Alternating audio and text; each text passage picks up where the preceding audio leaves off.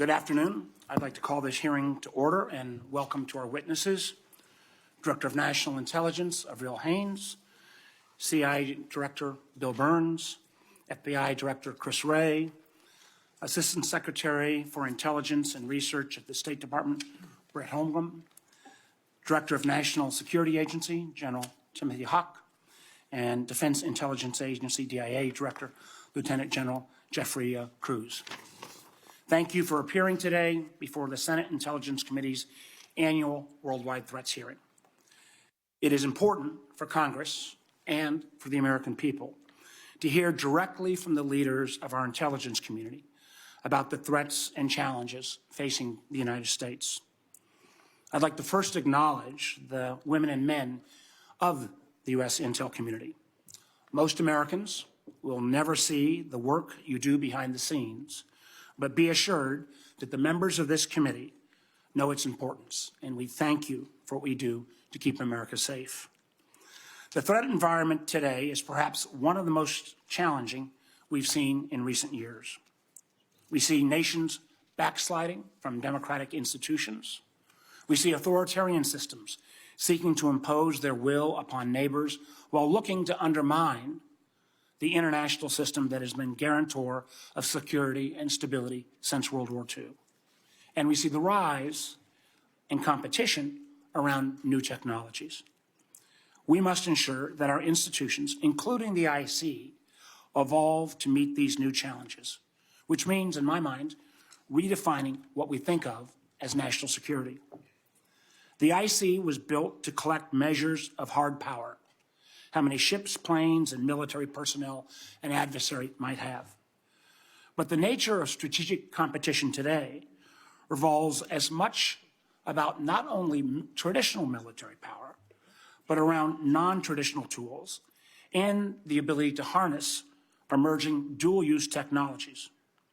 For example, advanced communication networks can provide ubiquitous connectivity, but also ubiquitous surveillance. Artificial intelligence can accelerate software development, but can also accelerate malicious cyber attacks or the spread of misinformation. Biotechnology advancements may lead one day to curing cancer or eliminating famine, but also may create new pathogens, or even, as some have warned, genetically engineered super soldiers. And access to rare earth minerals may help determine who shapes the energy future for the whole world. Compounding all of this, the nature of conflict increasingly allows adversaries to project power through asymmetrical means. For example, cyber attacks can disable critical infrastructure from thousands of miles away and are increasingly available to a widening array of actors. Inexpensive, unmanned systems, drones, can threaten multi-billion-dollar ships. We are now even seeing the possibility of foreign adversaries weaponizing space in ways that could be massively destructive, not only to our national security, but to our way of life and useful tools such as GPS and satellite communications. Similarly, misinformation and disinformation are increasingly deployed cheaply by an array of adversarial actors. We all know that more than 60 countries, over half the world's population, will vote this year. And I am deeply concerned that democracy, including in the United States, is under greater threat than ever from these foreign adversaries. Bad actors like Russia are particularly incentivized to interfere given what's at stake in Ukraine. Poll after poll increasingly demonstrate that Americans are distrustful of traditional sources of information. And while AI provides the tools to spread sophisticated misinformation at an unprecedented speed and scale, amidst these threats, our ability to respond has been hamstrung, as recent litigation pending before the Supreme Court has had a chilling effect on the voluntary sharing of information related to foreign malign influence threats between U.S. government agencies and social media companies. So today, I would like each of our witnesses to report on how their agencies and the IC as a whole are prepared and poised to meet these technology-based challenges, and what more needs to be done. Yet, even with this new landscape, more traditional national security challenges remain. Terrorist groups still threaten our homeland. Over the last couple of years, we've seen authoritarian powers challenging democratic norms, undermining the international order, and intimidating their neighbors. The People's Republic of China, under Xi Jinping, has presented an unprecedented challenge, a techno-authoritarian behemoth whose economy is intertwined with our own, challenging democratic values, U.S. leadership, and global institutions. Often using enormous government subsidies, China has used its substantial investment power to lead or attempt to dominate a range of key industries, whether it be telecommunications and Huawei, social media and TikTok, or genomics and BGI. Another authoritarian adversary, Russia, under Putin, has continued its brutal invasion of Ukraine, illegally using military forces to seize territory. Ukrainians have bravely been fending off the Russian military for over 2 years, supported by partners around the world. The Russian military has suffered severe losses of men and equipment, a fact that close to 87% of Russia's pre-war ground forces have been taken out of the conflict by either being killed or wounded. And now, as a result of his aggression, Putin faces what he has always feared, a NATO more united than ever. That said, this war is in a critical phase, with a serious imbalance of equipment, and my fear is the decision thus far by the House of Representatives not to even take up legislation that would support Ukraine in their fight against Putin aggression has been one of the most short-sighted decisions on a national security issue that I can possibly imagine. Without this assistance, Ukrainian defenses will be disastrously undermined, as well as global confidence in America's resolve will be undermined. And that will be the case whether it comes from Putin in Europe or the PRC in Taiwan. And as we convene this hearing, we also face continued instability in the Middle East. The horrific terrorist attacks against Israel civilians by Hamas on October 7th have been followed by an incursion by Israel that has cost an estimated 30,000 Palestinians their lives. And while Iran and its key partners, such as Hezbollah, appeared to be deterred from widening the conflict for now, other Iranian proxies, such as the Houthis in Yemen and Iraqi Shia militias, have attempted to expand their conflict and drag in our country.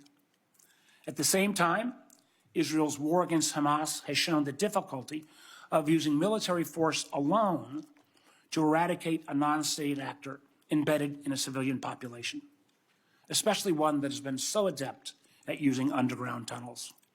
And I worry that Prime Minister Netanyahu's conduct in the war threatens to undermine support for Israel in the long term, including in the United States. This international support has been key to Israel's security. And as a longtime friend of Israel, this has a great concern to me for even Israel's support in the United States. In addition, we convene this timely hearing as Congress faces a pressing deadline on a key national security program. Section 702 of the Foreign Intelligence Surveillance Act provides unique and critical foreign intelligence necessary to protect our national security, enabling the IC to prevent and thwart terrorist attacks, track foreign spies, uncover economic espionage, protect U.S. troops, expose human and drug trafficking, and disrupt foreign cyber attacks. Allowing this program to lapse would critically damage our national security.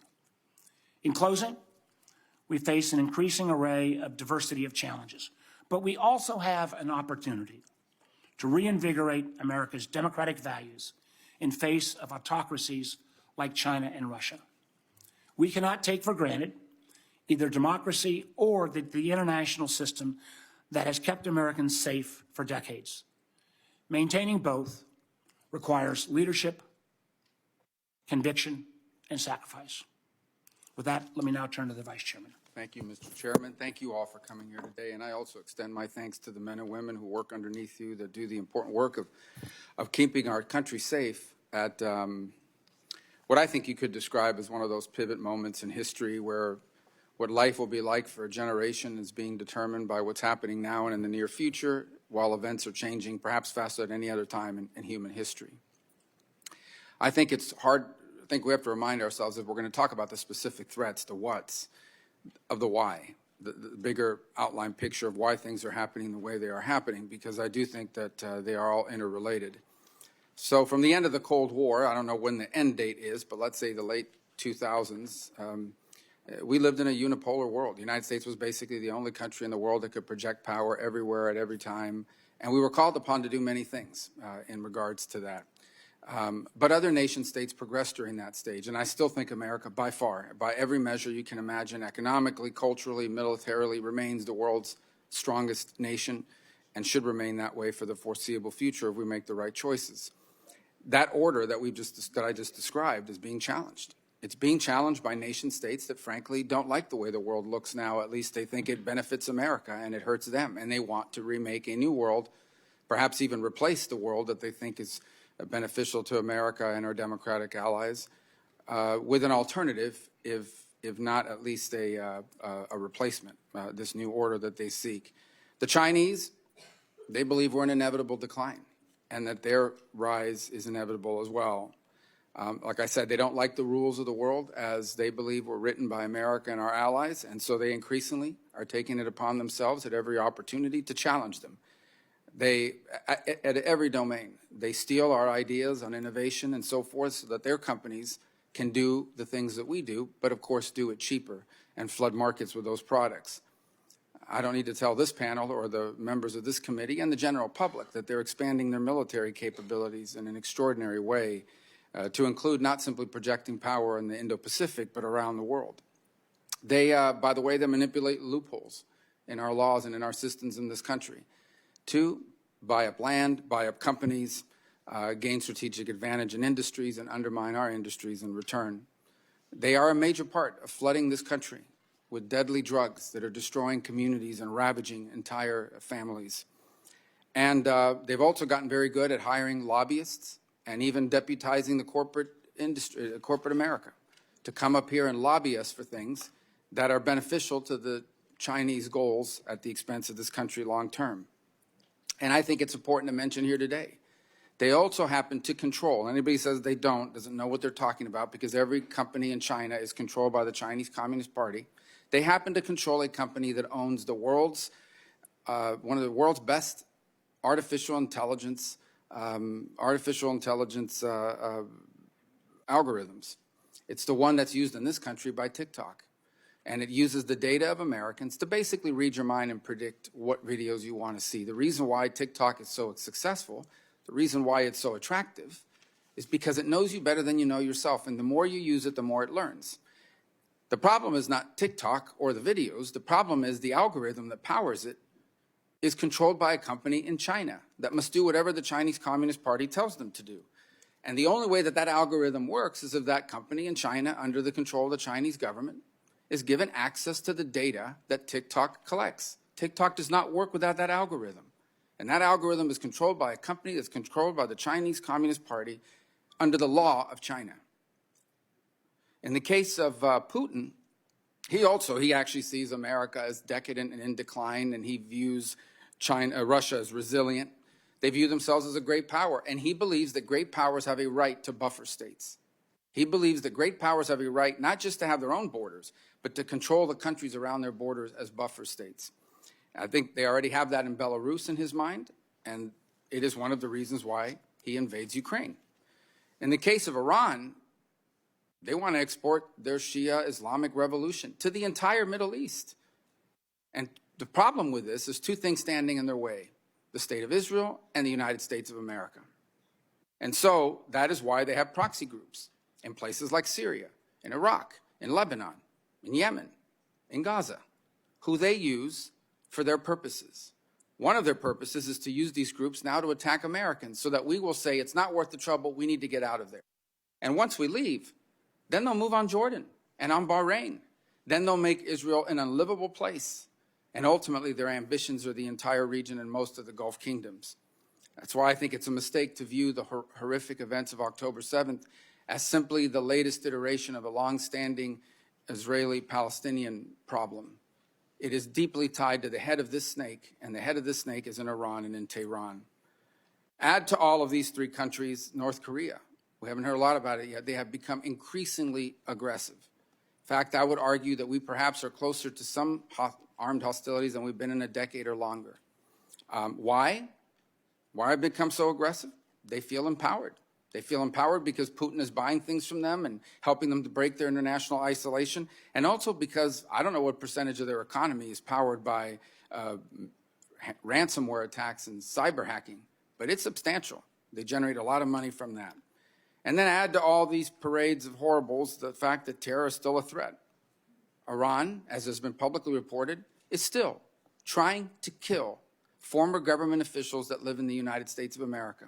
There are former government officials in this country, no longer in office, who require 24 hours a day security because Iran is trying to kill them inside the United States. Hezbollah, an agent of Iran, is also looking for ways to conduct terrorist attacks against American interests and Israeli and Jewish interests all over the world and here in the homeland as well. By the way, ISIS and al-Qaeda are not out of business. They are still involved. Add al-Shabaab to that. They also want to kill Americans. If they could do it in the homeland, they would love that. And all of that happening at a time in which perhaps the single largest, most eventful migration corridor in history is operating right off of our border. So I think it's a mistake sometimes to divide all of these problems geographically, because in some ways, they're all interrelated in key ways. Yes, these individual states all have different ambitions, but they share a common goal. And the common goal is a world friendlier and better for them and their interests, and a world in which America is weakened and less able to act.